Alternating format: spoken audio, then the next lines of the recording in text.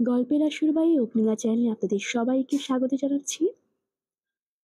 আশা করছি আপনারা সবাই সুস্থ ও ভালো আছেন।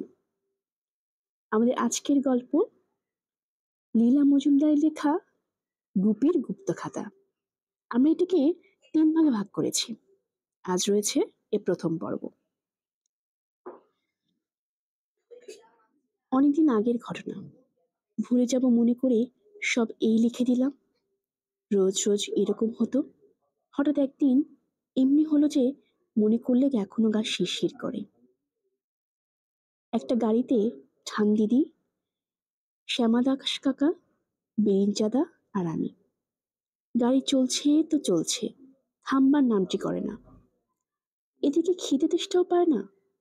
সঙ্গে কিছু নেই তা তো নয়, ওই টিফিন ক্যারিয়ার একদম বোঝাই করা এই বড় বড় চপলুচি আলুর দম, শনপাপড়ি। খিদের চোটে পেটটা ব্যথা ব্যথা করছে। উঠেছি সেই কোন ভোরে।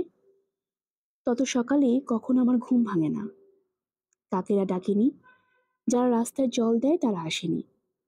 আকাশ তখনও নীল হয়নি, তারা নেভেনি, বগাই ওঠেনি। খাটের পায়ের কাছে নাক ডাকাচ্ছে আর ঘুমের ঘোরে একটু একটু লেজ নাড়াচ্ছে। বগাইয়ের জন্য খুব খারাপ লাগছে। বেশ আমার পাশে কুণ্ডুলি পাকিয়ে বসে থাকতো, কাউকে কিছু করতো না। অত ভোরে উঠতে হয় না, পাশ ফিরে আবার ঘুমোতে যাব। এমন সময় কানে এলো খুটখুট ঠুকঠাক গুজগুজ ফিসফিস। মনে হলো ঘর কথা কইছে। ঘরের বাইরে কেষ্টচূড়োর গাছ কথা কইছে। এত কথা বলা বলির মধ্যে ঘুমোই কি করে? উঠে পড়লাম। দোরগড়ায় গিয়ে দেখি আমার ঠান দিদি সারা গায়ে চাদর মুড়ি দিয়ে মস্ত এক পুটলি বগলে ফসফস করে সিঁড়ি দিয়ে নিচে নেমে যাচ্ছেন। আর কথাটি নয়, ছুটে গিয়ে পেছন থেকে ঠান দিদিকে জাপটে ধরলাম। ঠান দিদি এমনই চমকে গেলেন যে আর একটু হলে পড়েই যাচ্ছিলেন। তবে হয়েছিল আর কি, চেঁচামেচি করে একাকার কাণ্ড করতেন। তখন যাওয়া টাওয়া সব বন্ধ। আমি বললাম, কোথায় যাচ্ছ তোমরা? কোনো রকমে সামলে নিয়ে আমার মুখ চেপে ধরে ঠান দিদি বললেন, বলে আঙ্গুল দিয়ে সিঁড়ির নিচেটা দেখিয়ে দিলেন। সিঁড়ির নিচে দুটো লোক হাতছানি দিয়ে ঠান দিদিকে ডাকছে। দেখলাম তারা হলো পাশের বাড়ির বেরিঞ্চাদা আর আমার শ্যামাদাস কাকা। তাহলে কি হবে? আমাকে দেখে সবাই কি বিরক্ত। একে আবার কেন আনা হলো? এক্ষুনি সব মাটি করে দেবে। রেখে চেঁচিয়ে বললাম, বেশ বেশ, আমি না হয় ফিরেই যাচ্ছি। সেজু দাদা মশাইকে গিয়ে সব বলে দিচ্ছি। ও সেজু দাদু! অমনি সব ভোল বদলে গেল। তখন আমাকে সে কি সাধাসাধি, লক্ষ্মীটি চুপ করো, চলো তোকে কাটলেট খাওয়াবো। গাড়ির মধ্যে চেয়ে দেখ, টিফিন ক্যারিয়ার ভর্তি চপ কাটলেট, ডিমের টেবিল। কারো কাছে কিছু বলিসনি কিন্তু। অবাক হয়ে দেখি গলির মুখে সত্যি সত্যি বেরিঞ্চাদার রংচটা পুরনো ফোর্ড গাড়িটা দাঁড়িয়ে আছে। ভেতরে মেলা জিনিস আর একটা বিরাট পেতলের টিফিন ক্যারিয়ার। মাথার উপরে দেখে চেয়ে দেখি রং একটু আকাশের ফিকে হয়ে এসেছে। তার উপর দিয়ে কালো এক ঝাঁক পাখি বাঁকা হয়ে উড়ে যাচ্ছে। তাদের ডানার ঝাপটানি শুনতে পেলাম। আর বলতে হলো না, এক দৌড়ে উপরে গিয়ে নতুন জুতোটা পরে নিলাম, একটা প্যান্ট শার্ট নিলাম, চোখে মুখে জল দিয়ে ভালো করে চুলটা আছড়ে লাট্টু লেত্তি খুদে আয়না চিরুনি ইত্যাদি দরকারি জিনিস পকেটে পুরে 3 মিনিটের মধ্যে গাড়িতে গিয়ে চেপে বসলাম। মা বাবা বোম্বাই গেছেন, পুটলিও গেছে সঙ্গে। কাউকে কিছু বলতেও হলো না, নইলে আর যাওয়া হয়েছিল। এসে দেখি বিরিঞ্চাদা ঘন ঘন হাত ঘড়ি দেখছে, যেন আমার জন্য কতই না দেরি হয়ে গেছে। সেদে তো সঙ্গে নিয়েছো বাবু, এখন তেজ দেখালে চলবে কি করে? বুকটা একটু একটু ঝিপ ঝিপ করছিল।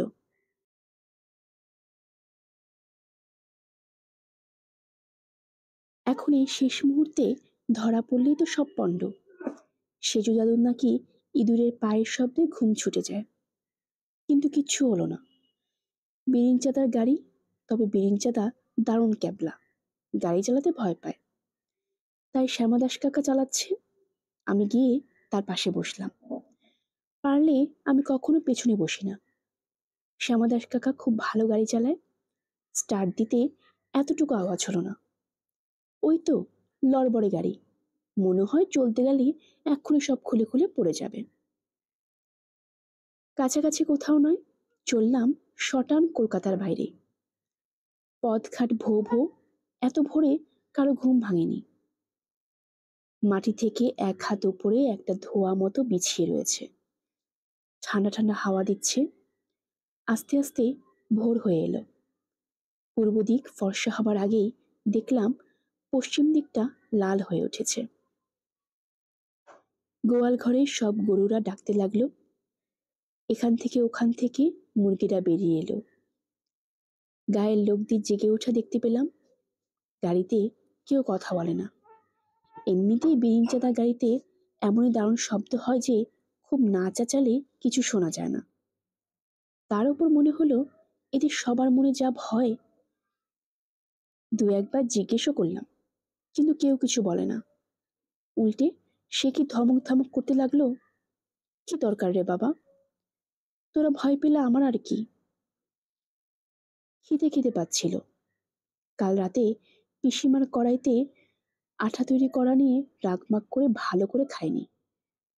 তাই এখন কত বেলা হয়ে যাচ্ছে, কেউ খাওয়াটার কথা বলে না কেন।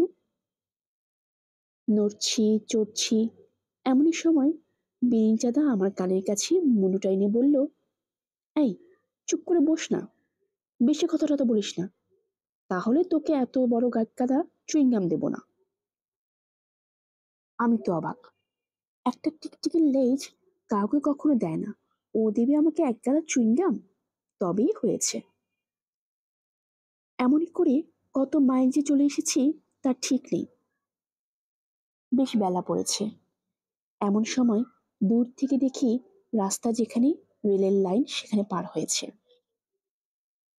সেখানে বিরাট তেঁতুল গাছের তলায় মেলা লোকের ভিড়। বেশ খানিকটা দূরেই আছি।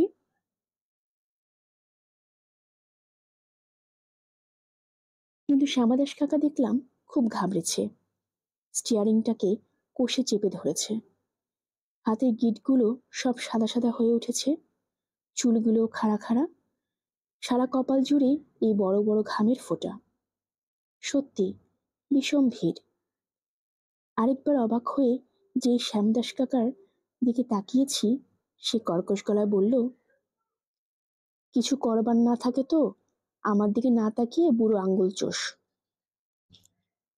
ততক্ষণে শ্যামাদাস কাকার কপালে পরানো ঘামগুলো গলে গিয়ে নদী হয়ে ওর জামার গলা দিয়ে নামতে লেগেছে, আর তার জায়গায় নতুন সব ঘামের ফোঁটা দেখা দিয়েছে।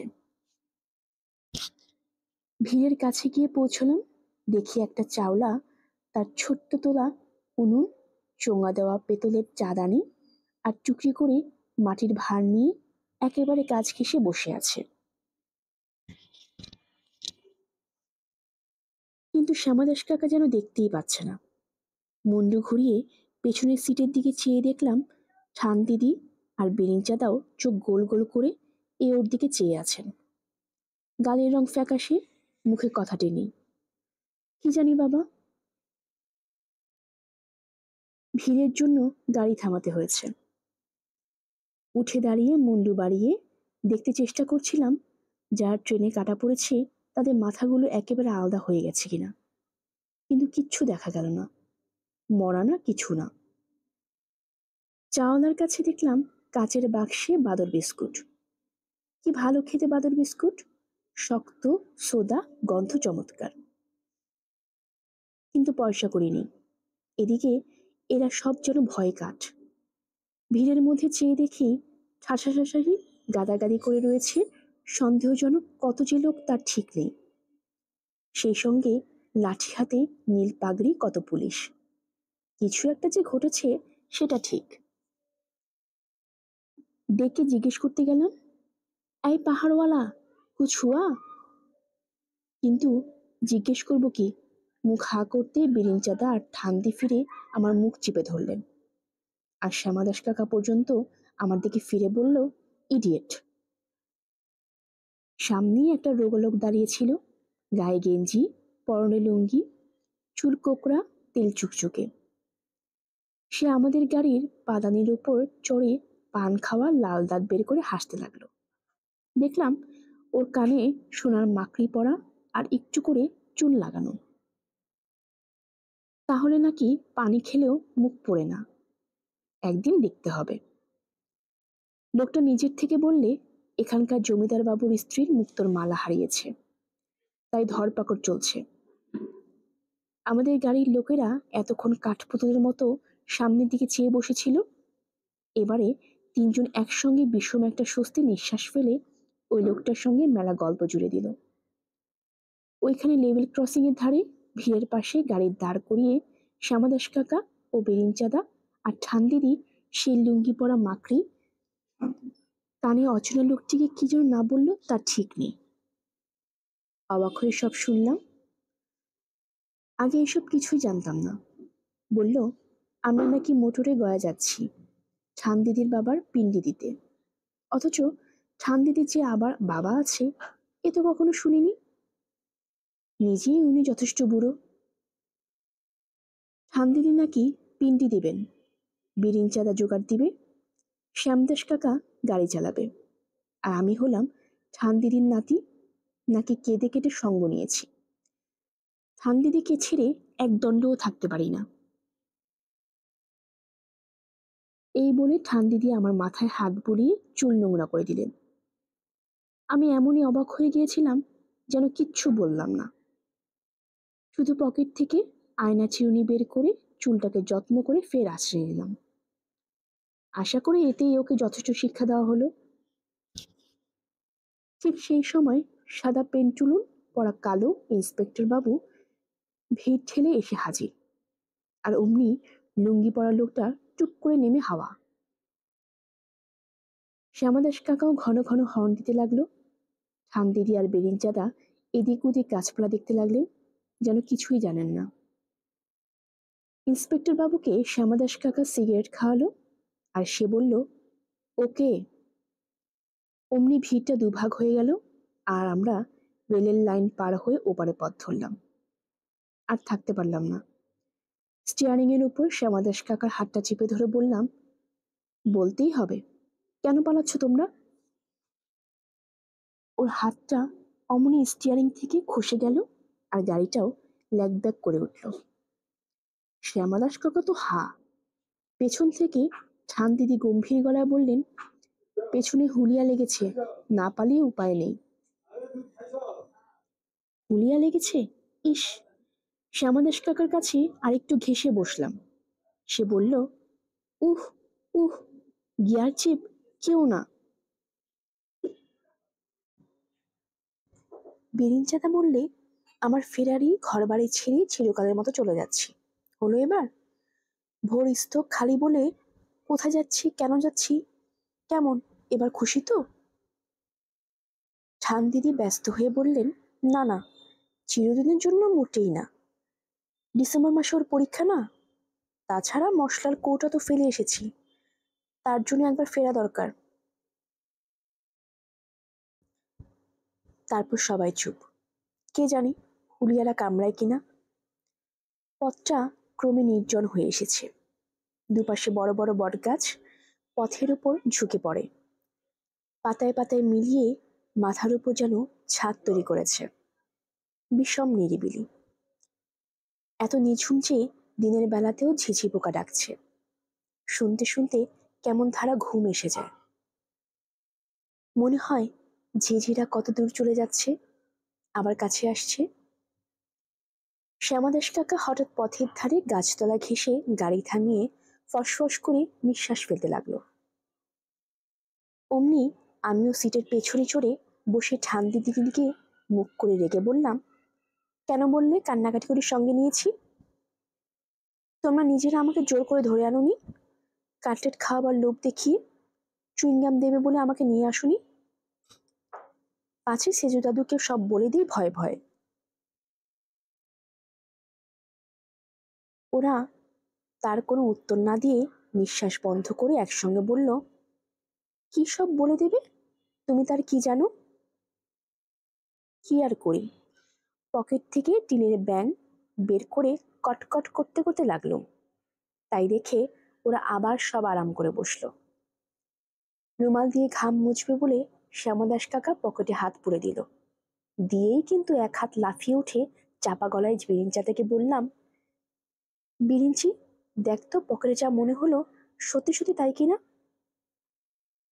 বিরিঞ্চাদা পেছনের সিট থেকে ঝুঁকে পড়ে সোজা শ্যামাদাস কাকার পকেটে হাত চালিয়ে দিল।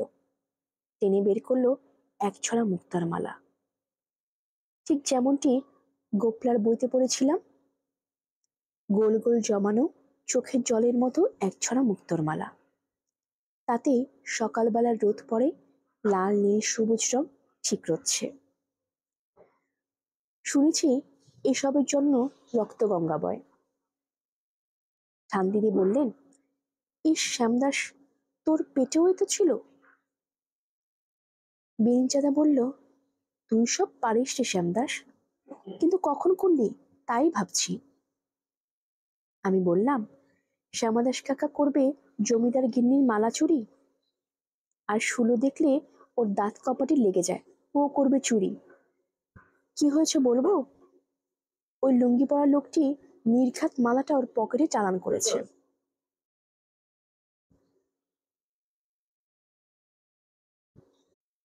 ধরা পড়বার ভয়ে ঠান্দিদি শিউরে উঠে বললেন, ওরে শ্যামদাস, রুমাল দিয়ে ওটাকে মুছে ফেল রে। ছুঁয়েছিস ওটাকে? মুক্তগুলোতে তোর আঙ্গুলের ছাপ পড়েছে। বিরিঞ্চাদাও বলল, এবার কে তোকে বাঁচাই দেখব, তোর পেছনে গোয়েন্দা লাগব দেখিস। আর গোয়েন্দার হাত এড়ালেও ওই লুঙ্গি পরাটা রয়েছে, দেখিস ওই মালা উদ্ধারের জন্য কত রক্তপাত। এই অবধি শুনেই শ্যামাদাস কাকা মালাটা পকেট পুরে কোনো কথা না বলিয়ে গাড়ি স্টার্ট দিল। দেখলাম ওর চেহারাটা কেমন বদলে গেছে, চোখ ছোট হয়ে গেছে, গায়ের রং, কানের শেপ সবই অন্যরকম লাগছে। মালাটা বোধ হয় ওর ছাড়বার ইচ্ছে নেই। হঠাৎ বিরিঞ্চাদা বলে উঠল, এই রে শ্যামদাস, পেছনে একটা গাড়ি লেগেছে। ব্যাস, আর বলা কাও নেই, শটান শ্যামাদাস কাকা বড় রাস্তা ছেড়ে বন বাজারে নেমে পড়ল। গাছগাছার মধ্য দিয়ে আঁকাবাঁকা মেঠো পথ, তারই উপর দিয়ে শ্যামাদাস কাকা দিব্যি গাড়ি চালিয়ে চলল। কেউ কোনো আপত্তি করলো না। যাগ্গে, যেখানে খুশি। খিদের চোটে আমার কিছুই ভালো লাগছিল না। তবে দু একবার বললাম, তোমরা আজ খাবে না?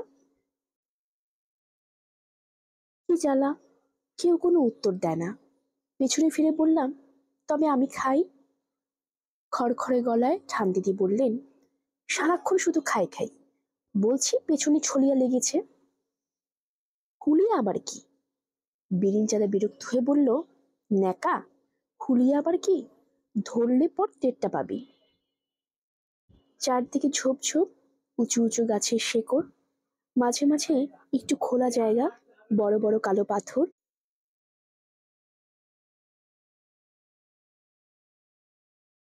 খানিকটা মাটি ভেঙে গেছে, পাথর আর ছিবড়ের মতো গাছের শিকড় বেরিয়ে রয়েছে। এসব জায়গায় হুন্ডার থাকে, তারা ছোট পাঠা ডাঠা ধরে তো নিয়ে যাই, মানুষদেরও খায়টায়। আমার দিককার দরজাটা আবার লকবক করে একটু একটু করে ঘষটে ঘষটে শ্যামাদাস কাকার দিকে এগোচ্ছি। সে আবার খেকিয়ে উঠল, বলছি গিয়ার চিপকিও না, সরে বসো। বললাম, দরজাটা যদি খুলে যায়? এত আস্তে চালাচ্ছ কেন?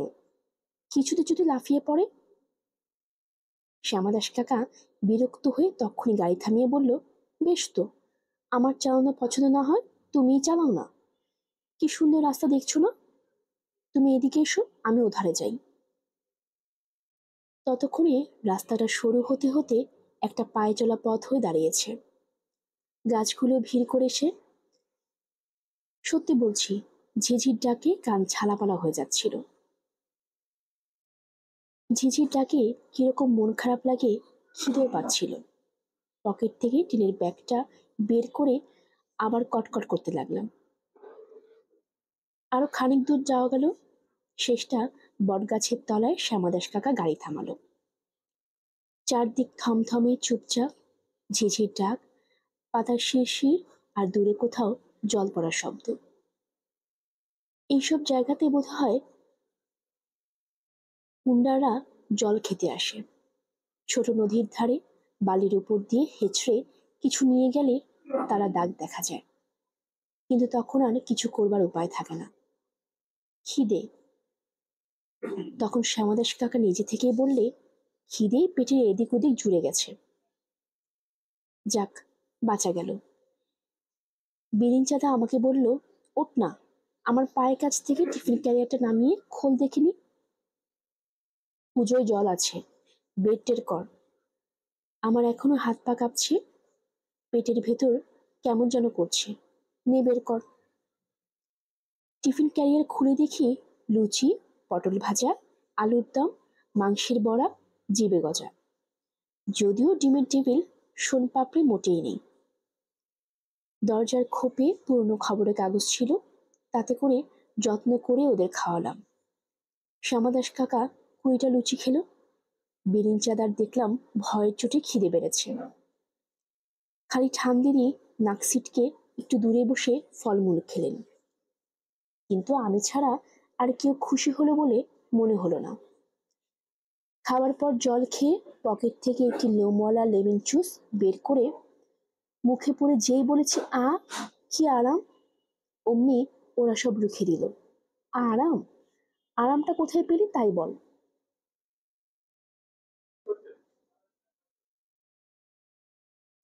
এখন কি উপায় হবে শুনি? সামনে অঘোর জঙ্গল, পেছনে শত্রু, এখনো বিকেল হয়ে এসেছে, রাত হতে কতক্ষণ? কি উপায় হবে এবার বল। বললাম, শ্যামাদাস কাকা যদি জঙ্গলের মধ্যে ইচ্ছে করে না ঢুকতো, তাহলে এতক্ষণে আমরা। এমনই সময় ঠান দিদি হঠাৎ চেঁচিয়ে মেচিয়ে এক লাফে গাড়িতে উঠে পড়ে বললেন, ওরে বাবারে, বাঘ! আমিও গাড়িতে উঠে দরজা বন্ধ করে দিয়ে তাকিয়ে দেখি একটি মোষ প্যাটার্নের জন্তু। বিরিঞ্চাদা তাড়া দিতেই চলে গেল। সত্যি, মেয়েরা যে কি দারুণ ভীতু হয়। একটু পরেই একটা ব্যাঙ দেখলাম, থপথপ করে কতগুলো কালো পাথরের ফোকরের মধ্যে ঢুকে গেল। তারপর অনেকক্ষণ ধরে ফোকরের মধ্যে ব্যাঙের চোখ জল করছে দেখতে পাচ্ছিলাম। কিচ্ছু ভয় পাইনি। শান্তিদিকে কিছু বলিনি পর্যন্ত। কি জানি, যদি শেষটা ওর হাত পা এলিয়ে যায়। মেয়েদের কিছু বলা যায় না। খানিক বাদে বিরিঞ্চাদা বলল, কই দেখি তো মালাটা। ইস, লাখ টাকা জিনিসটা শ্যামাদাস, ধরা না পড়িস যদি রাতারাতি রাজা হয়ে যাবি। তবে যদি ধরা পড়িস, আর সেটারই চান্স বেশি, তাহলে বাকি জীবনটা ঘাড়ে টেনে কাটাবি। আমি বললাম, হ্যাঁ আমি দেখেছি, চোখের নারকোল মালার তৈরি, চশমা বেঁধে দেয়, নইলে মাথা ঘোরে। অমনি শ্যামাদাস কাকা ঠাস করে আমার গালে একটা চড় কষিয়ে মালাটাকে টেনে ঘাসের উপর ছুঁড়ে ফেলে দিল। সবুজ ঘাসের ওপর মুক্তগুলো জ্বলতে লাগলো, যেন কে সারি সারি বাতি দিয়েছে। বিরিঞ্চাদা গিয়ে কুড়িয়ে আনলো। দেখলাম মাঝখানে আবার একটা মস্ত হিরে ঝোলানো। শ্যামাদাস কাকাকে হুলিয়া ধরলে ঠিক হতো, কিন্তু তাহলে গাড়ি কি চালাতো?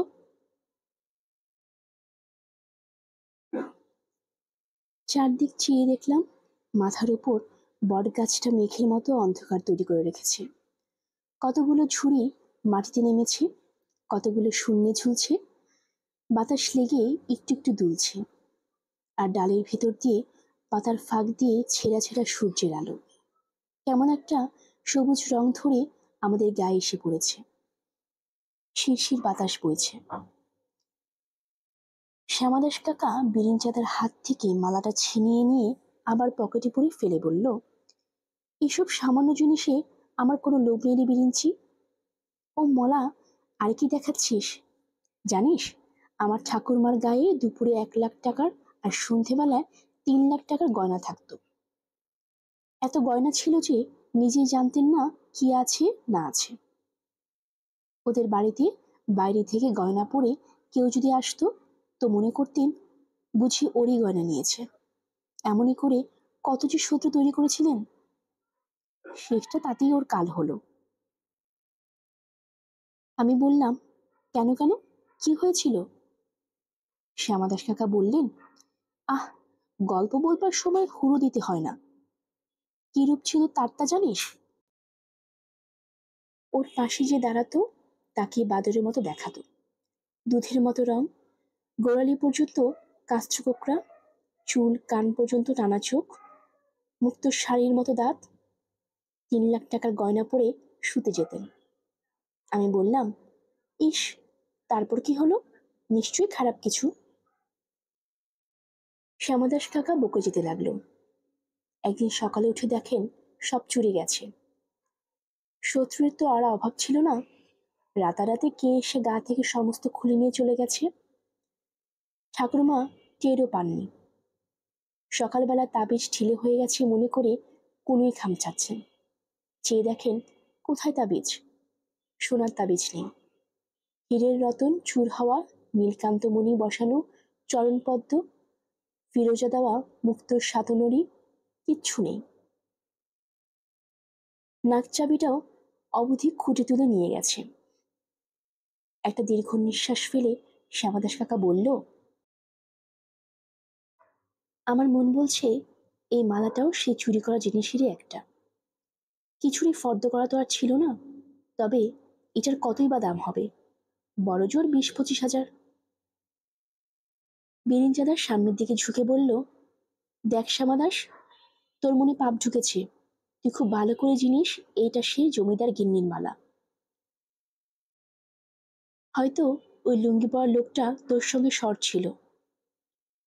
দেখিস, এই জন্য তোকে ঝুলতে হবে। দেখলাম হিংসায় বিরিঞ্জাদার মুখটা সবুজ হয়ে গেছে। শ্যামাদাস কাকাও দেখলাম দারুণ রেগে গেছে। আমি ঝুলবো মানে? বাহ, বেশ বললি, যা হোক। তুই আর পিসিমা। বিরিঞ্জাদা হঠাৎ ব্যস্ত হয়ে শ্যামাদাস কাকার মুখটা চেপে ধরে নাক দিয়ে আমাকে দেখিয়ে বলল, চুপ কর ভাই। বলেছি তো, তোকে চিনি হোটেলে চ্যাং ব্যাং খাওয়াবো। তাছাড়া তোর নিজেরও তো। সবাই চুপ করলো। ঠান দিদি মোষ দেখার পর আর কথা বলেননি। এখন হঠাৎ দীর্ঘ নিঃশ্বাস ফেলে বললেন, হরি হে, তোমার ইচ্ছে। নইলে আমার এবার সেজ পিসিমার মুক্তোর মালা বাক্স থেকে বেমালুম অদৃশ্য হবে কেন? ভাবতে পারিস তোরা? খাটের তলায় বাক্স, বাক্সের উপর 25 সারাশি বারকোষ, বাক্সের মুখটা ছাগল দড়ি দিয়ে বাঁধা, খাটের উপর অষ্টপ্রহর সেজ পিসিমা শুয়ে। আমার বিয়েতে ওই দিয়ে আশীর্বাদ করবেন বলে না খেয়ে না ঘুমিয়ে বছরের পর বছর মালা আগলাচ্ছেন। কবে আমার বিয়ে হবে? এদিকে আমি তখনও জন্মাইনি পর্যন্ত। শেষটা একদিন দেখেন কিনা বাক্সের মুখ যেমন দড়ি দিয়ে তেমন দড়ি দিয়ে বাঁধা, সারাশি বারকোষ যেমন কি তেমন, খালি বাক্সের মধ্যে লাল চেরির টুকরে বাঁধা মাল গাছে নেই। সেই শোকেই তো আমি জন্মার আগে সেজ পিসিমা গেলেন। নইলিকার এমন বয়স হয়েছিল মাত্র 81 বছর। অথচ পরিমা দিদিমারা হেসে খেলে 97-98 বছর কাটিয়ে দিচ্ছিলেন। হরিনারায়ণ, এই মালাটা যেন অবিকল সেই। এরকম বলতে গেলে এটা আমারই মালা। বিরিঞ্চাদাও কম যায় না। সে বলল, আমার জীবনে কি মুক্তের মালা নেই নাকি? জানিস, যেবার আমি প্রথমবার বিয়ে পরীক্ষা দিই, সেদিন পরীক্ষা দিতে যাচ্ছি, দেখি সামনে এক সন্ন্যাসী। কি করে ট্রাম ভাড়া ছাড়া হাতে একটা পয়সা নেই, তাই দিয়ে দিলাম। সন্ন্যাসী বললেন, বেটা, তোকে পাশ করানো কারো কাম্য নয়, তবে এই জিনিসটা নেই, কিছুটা শান্তি পাবি। বলে একটা ছোট পুটলি দিলেন। বিকেলে বাড়ি গিয়ে খুলে দেখি ঠিক এইরকম একটা মুক্তোর মালা। আমি বললাম, তারপর সেটার কি হলো? বিরিঞ্চাদা বলল, দুঃখের কথা আর বলিস কেন, ভুলে সেটা শুদ্ধই জামার ধোপার বাড়ি দিয়েছিলাম। তা ধোপার বাড়ি থেকে একটা পেন্সিল ফেরত পাওয়া যায় না, ও কি আর ফিরে আসে? ধোপাটাও আবার পরদিন থেকে নিখোঁজ। হয়তো এসব বিশ্বাস করবি না। আমিও এ কথা শুনে বললাম, ও হ্যাঁ, আমারও মনে পড়ছে। ওরা তিনজনই একসঙ্গে বলে উঠল, চুপ, ফের বানাচ্ছিস। ঠান্দিনী নিঃশ্বাস ফেলে বলে যেতে লাগলেন, ইস, ভাবতে গিয়েও আমার পায়ের লোম খাড়া হয়ে হাসির পায়ের মতো হয়ে গেছে। সেবার যেই মিমির পালক দেওয়ার চুপি দেখে ভয় পেয়ে চিড়িয়াখানা খাঁচা ভেঙে বাঘ বেরিয়ে এসেছিল, তোদের কারো মনে নেই? তবে মনে থাকার শক্ত, কারণ তোরা কেউ ছিলি না। সেই যে সব একতলা দরজা জ্বালা বন্ধ করে দোতলায় বসে থাকতে হয়, উফ, এখনো মনে পড়লে হাত পা পেটের ভেতর শোধয়। তার মধ্যেও সেজু পিসিমা মালা গাছে প্রাণ দিয়ে রক্ষা করছিলেন। শেষে কিনা বলে ঠান্দির চোখে আঁচল দিলেন। শ্যামাদাস কাকা একটু যেন রাগ রাগ ভাব করে বলল, থামো দেখিনি, মনের দুঃখগুলো এখনকার মতো চেপে রেখে কি করা যায় তাই ভাবা যাক। ঠান্দিদি বিরক্ত হয়ে বললেন, তা শুনতে ভালো লাগবে কেন? মালাটা কি তুই সহজে হাতছাড়া করবি?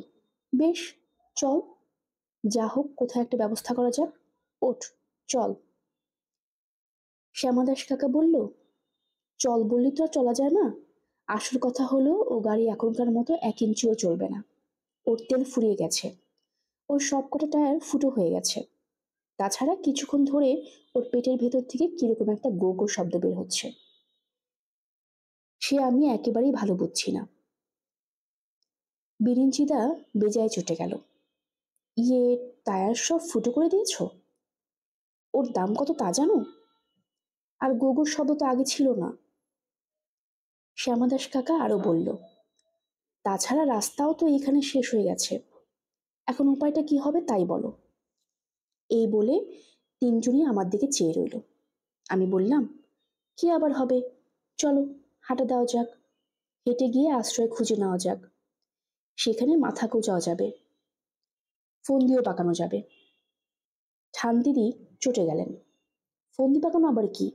কোথায় শিখেছিস এসব কথা?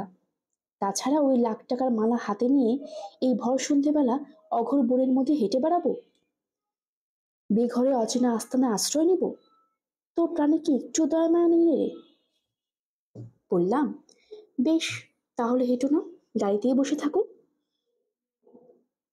হুন্ডারে খেয়ে নিলে আমাকে বলো না, তোমাদের পেছনে না হুলিয়া লেগেছে। এই বলে আমার দিকে দরজাটা খুলে নেমে পড়লাম। হুলিয়ার কথা শুনেই ওরাও এক পা মারাতে মারাতে ঠেলাঠেলি করে নেমে পড়ল।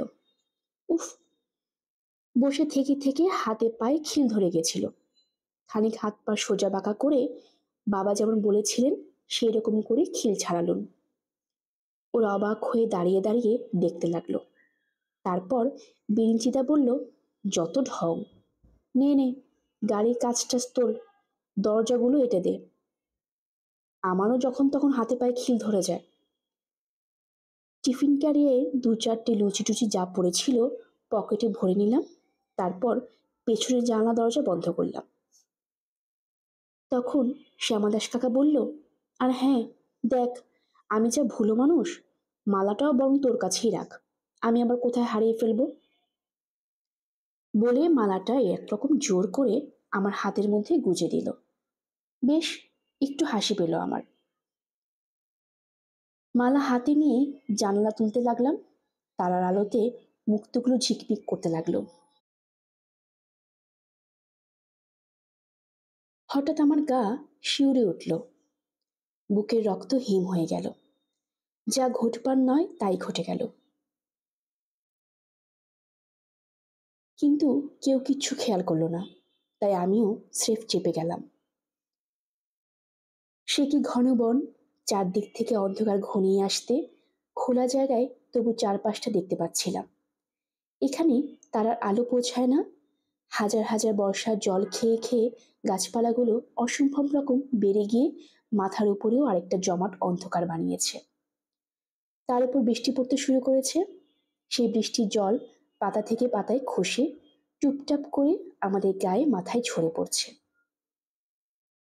সে যে কি দারুণ ঠান্ডা ভাবা যায় না। পায়ের নিচে ঝরা পাতার গালচে পাতা পায়ের শব্দ শোনা যায় না, শুধু একটা শুকনো ডালে কারো পা পড়লে সেটা মটাত করে ভেঙে যাচ্ছে, আর সেই শব্দে চারদিকটা ঝনঝন করে উঠছে। আর কোনো সারা শব্দ নেই। সকলের মনে দারুণ দুশ্চিন্তা, বিশেষ করে আমার নিজের মনে। তার কারণ খানিক আগেই যে সর্বনাশটা হয়ে গেছে সে বিষয়ে কাউকে কিছু বলবার সাহস নেই আমার।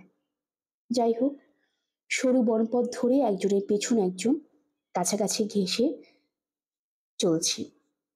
টর্চ ফর্চের বালাই নেই, বেশ শীত করছে, আবার খিদে খিদেও পাচ্ছে। পকেটের লুচির ঘিগুলো অন্য জিনিসে লেগে গিয়ে একটা জাবরার মতো পাকিয়ে যাচ্ছে। ও বেশিক্ষণ রাখা ঠিক নয়। এমনি সময় দূরের গাছের ফাঁক দিয়ে ক্ষীণ একটু আলোর রেখা দেখা গেল, ব্যাস, আর কি ভাবনা। তার মানে বনের মধ্যে মানুষের বাস আছে, খাবার পাওয়া যাবে, আর শোবার জায়গা পাওয়া যাবে। অন্ধকারে পকেটে হাত পুড়ে দিয়ে লুচির দলাটা বের করে ক্যাচর ম্যাচর করে খেয়ে ফেললাম। সে কি শব্দ রে বাবা! চারদিকের গাছপালাগুলো পর্যন্ত রিরি করে উঠল। ওরা ব্যস্ত হয়ে বলল, ও কি রে, কি হলো? ভাঙা গলায় বললাম, ওই দেখো আলো। তাই দেখে সবাই তো আহ্লাদে আটখানা। এতক্ষণ মুন্ডু ঝুলিয়ে ঝুলিয়ে পা ঘষতে ঘষতে চলছিল, এবার তাড়াতাড়ি হাঁটা দিল। আলোটা ক্রমে কাছে আসতে লাগলো।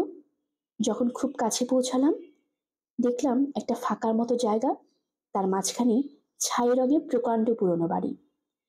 তার চুনবালি ঘষে যাচ্ছে, দরজা জানলা ঝুলে পড়ছে, দেয়াল ফুঁড়ে বট অশ্বত্থ গাছ গজিয়েছে। তবু একটা আশ্রয় তো বটে। সদর দরজাটা বন্ধ, জানলার ভাঙা খড়খড়ি ভেতর দিয়ে আলো দেখা যাচ্ছে। সে আলোটুকু লম্বা হয়ে কত দূর অবধি পড়েছে। বিরিঞ্চিদা এগিয়ে গিয়ে আস্তে আস্তে দরজা টোকা দিল। আমরা বাকিরা ঘেঁষাঘেঁষি করে দাঁড়িয়ে আছি। ওর ঘাড়ে গরম নিঃশ্বাস ফেলতে লাগলাম। কোনো সারা শব্দ নেই। তখন শ্যামাদাস কাকাও আর থাকতে না পেরে সাহস করে গিয়ে দরজাতে এমনি জোরে জোরে ধাক্কা দিতে লাগলো যে আশেপাশে জানালাগুলোর ভাঙা খড়খড়িও খটখট করতে শুরু করে দিল। আমরা উপর দিকেও তাকাচ্ছিলাম, মনে হলো খড়খড়ি ফাঁক দিয়ে কারা যেন আমাদের খুব নজর করে দেখছে। সিঁড়িটা থেকে নেমে একটু সরে দাঁড়ালাম। অনেক ডাকাডাকি ধাক্কাধাক্কির পর শুনতে পেলাম ভারী পায়ের শব্দ। কেমন একটু ভয় ভয় করতে লাগলো। মনে হলো কাজ কি আশ্রয়? গাড়ির মধ্যেই কোনো রকমে রাতটা কাটিয়ে সকালে যা হয় একটা কিছু করলেই হয়। ঠিক সেই সময়ে খট করে দরজার মাঝখানে একটা ছোট্ট খোপ মতো খুলে গেল। সেই ফাঁক দিয়ে একটা কালো বুনো ভ্রু, নিচ থেকে একটা কালো জলজলে চোখ আমাদের দিকে এক দৃষ্টিতে তাকিয়ে রইল। ঠান্দিরি ডেকে বললেন, আমরা চোর ডাকাত নই গো, ক্লান্ত পথিক, জলে ভিজে খিদে কাতর হয়ে একটু আশ্রয় চাইছি, খোলোই না বাপু। চোখটা আস্তে আস্তে সরে গেল। তারপর কত সব ছিটকিনি নামানোর, হুড়কো সরানোর, চেন খোলার, চাবি ঘোরানোর আওয়াজ। শেষটা দরজাটা ধীরে ধীরে ফাঁক হয়ে গেল। অমনি আমরা হুড়মুড় করে ভেতরে ঢুকে পড়লাম। মস্ত চারকোনা ঘর, ওব্রথুব্র দেয়াল, অসমান টালি ওঠা মেঝে, একপাশে একটাতে পায়া টুরের উপর তেলের বাতি জ্বলছে, তার কাছ দিয়ে পুরনো একটা কাঠের সিঁড়ির উপরে অন্ধকারের সঙ্গে মিশে গেছে। ঘরের মাঝখানে দাঁড়িয়ে আছে এই তেল ঢাঙা সন্ডা মার্কা একটা বুড়ি। মাথার উপর তার ঝুটি করে চুল বাঁধা। ঘরময় ভুরভুর করছে খিচুড়ির গন্ধ। আমরা এদিকে কাক ভেজা গা বেয়ে জল ছড়ছে। সেই জল ঘরের মেঝেতে জমা হয়ে ছোট ছোট পুকুর তৈরি হচ্ছে। বুড়ি হতাশ ভাবে সেই দিকে তাকিয়ে রইল। ভাবলাম, বোধ করি বাঙালি নয়, কথা বোঝেনি। শ্যামাদাস কাকা বলতে লাগলো, হাম লোগো দুষ্ট আদমি নই, জল মে কাদা মে হোঁচট খাকে খাকে। বুড়ি বলল, ঢের হয়েছে বাছা, কিন্তু খোঁজ নেই খবর নেই, হঠাৎ এত লোকের ব্যবস্থা কেমন করে হয় বলতে পারো? শ্যামাদাস কাকা অনুনয় করে বললেন, কোনো ব্যবস্থা চাই না, শুধু শুকনো গামছা যদি দিতে পারেন ভালো হয়। নিদিন দুটো ছেঁড়া জামা দিলেও তাই দিয়ে গা মুছে দিতে পারবো। ঠান দিদি আবার জুড়ে দিলেন, আমার বাছাটাও লাগবে না। ওই যার তার জামা আমি মাথায় ঘষতে পারবো না, কিচ্ছু দরকার নেই, আমার আঁচড়ই যথেষ্ট। বুড়ি ঝড়ের মতো মুখ করে আমাদের কথা শুনতে লাগলো। মুখে কথা নেই। ঠিক সেই সময় শুনতে পেলাম দূরে কড়া নাড়ার শব্দ। এরা তিনজন এমনি আঁতকে উঠল যেন ভূত দেখেছে। বুড়িও যেন এর জন্য অপেক্ষা করছিল, চুপ করে পেছনের দরজা দিয়ে বেরিয়ে গেল। আমরা চারজন যে যার পুকুর দাঁড়িয়ে ভাবতে লাগলাম, এই জলে ঝড়ে আধার রাতে কে আবার এলো? কিন্তু হুলিয়ারা কি এমনি এমনি জ্বালান দিয়ে আসে? তার চাইতে ঝোপের পেছন থেকে হুশ করে। কানে গেল দরজা খোলার শব্দ। কি বলবো, ভাবতে পর্যন্ত ভুলে গেলাম কার সঙ্গে বুড়ি চাপা গলার কথা কইছে। তারপর সেই শব্দ দূরে মিলিয়ে গেল। একেবারে চুপচাপ একটা প্রজাপতির মতো জানোয়ার বাতির চারদিকে উড়ে বেড়াচ্ছিল। তার ডানার ঝুপঝাপ অবধি কানে আসতে লাগলো। হঠাৎ বুড়ি ফিরে এলো। দেখলাম তার হাব ভাব একদম বদলে গেছে। এ কি? হাতে হাত কচলাতে কচলাতে বললেও, গরিবের বাড়িতে এমন অতিথি পাওয়া সৌভাগ্য। তারপর কি জানি বলল, মনে পড়ছে না তো। ও হ্যাঁ, চলুন উপরে চলুন, গরম জল দিব, গামছা দেব, চারজনকে চারখানা শুকনো কাপড় দেব, মাঠাকরুনকে শুদ্ধ কাপড় দেব, ভয় নেই। সামান্য যা রান্না হয়েছে দয়া করে তাই নিয়ে কোনো রকমের খেন্না ছেন্না করে চালিয়ে দেবেন, অপরাধ নেবেন না, ইত্যাদি। খালি খালি মনে হচ্ছিল এখানে না এলেই ছিল ভালো। তবুও উপরে গেলাম বড়ির সঙ্গে। ধুলি মাখা পুরনো কাঠের সিঁড়ির ধাপে ধাপে নানা রকমের আওয়াজ হয়। কত জায়গায় রেলিং নেই, কত জায়গায় কাঠে ঘুণ ধরে গেছে। উপরে গিয়ে দেখি প্রকাণ্ড ঘর, তার দেয়ালময় কত রকম ছবি আঁকা, তার রং সব জ্বলে গেছে। হরিণ মানুষ কত কি। বুড়ির হাতের তেলের বাতির আলোতে কিরকম মনে হতে লাগলো তারা বুঝি নড়াচড়া করে বেড়াচ্ছে। শীত করতে লাগলো। কাঠের মেঝেতে পুরো হয়ে ধুলো জমেছে, যেন কতকাল কেউ এসব ঘরে বাস করেনি। চলতে গেলে পায়ের চাপে মনে হয় ধোয়া উঠছে। তবে সামনের দিকে একটা মস্ত বড় ঘর, একটা খানিকটা পরিষ্কার পরিচ্ছন্ন, চারটে বিশাল বিশাল তক্তাপোষ, সর্বাঙ্গী কারিকুরি করা, আর কোথাও কোনো আসবাব নেই। তার পাশে স্নানের ঘর। বুড়ি তেলের বাতিটি দেয়ালে কুলুঙ্গিতে রেখে নিজেই আমাদের জন্য বালতি করে গরম জল এনে দিল। সাবান দিয়ে কাঁচা, রোদের গন্ধ লাগানো চারখানা কাপড় আর গামছাও এনে দিল। ঘন বনের মধ্যে খালি পুরনো বাড়িতে এত আয়োজন দেখে আমরা সবাই থ। তার উপর ঘণ্টাখানিক বাদে চারখানা কানাতোলা থালায় করে খিচুড়ি আর মাংস এলো। চমৎকার রান্না। ঠান দিদি অবশ্য কিছু ছুলেন না। আমরা তিনজনে 4 থালা মেরে দিলাম। ঠান দিদির জন্য একটু দুঃখ লাগছিল। বললাম, তাহলে কি একটু চুইংগাম খাবে? চোখ বুজে বললেন, না বাছা, ওসব মুরগির ডিম লাগানো জিনিস আমি খাই না জন্মিত। আসলে ব্যাপার দেখে আমরা যেমনই অবাক হচ্ছিলাম তেমনই সন্দেহ হচ্ছিল। খাওয়া দাওয়ার পর বুড়ি তক্তাপোষ মাদুর বিছিয়ে চারখানি ছোট বালিশ দিয়ে গেল। আমরাও তখনই যে শুয়ে পড়লাম। বাবা, সারাদিনটা যা গেছে, কিন্তু কিছুতেই আর ঘুম আসে না। ওরা তিনজন দু একটা কথা বলবার পর চুপ হয়ে গেল। আর আমি বহুক্ষণ জেগে থেকে থেকে কত রকম যে শব্দ শুনতে লাগলাম, সে আর কি বলবো। বৃষ্টি তখনও পড়ছে, ঝুপঝুপ ঝমঝম করে। পুরনো বাড়িটার ছাদে কোথায় একটা টিনের চালে, চারদিকে বড় বড় গাছপালার ওপর নিচে বুড়ি বাসন কোসন ধুচ্ছে মাজছে। গাছের পাতার মধ্যে দিয়ে ভাঙা খড়খড়ির ফাঁক দিয়ে ঝোড়ো হাওয়া বইছে, জলের ধার ধরে আসছে। মনে হলো থেকে থেকে গরুর ডাকও শুনতে পাচ্ছি। শুয়ে থাকতে পারছিলাম না। ওধারে জানালার ভাঙা খড়খড়ি ভেতর দিয়ে দেখলাম একটা টিনের শেডের নিচে একটা পিদিম জ্বলছে। আর একজন নিরীহ মতো বুড়ো একটা বিষম হিংস্র আমিষখোর চেহারার গরু ধুইছে।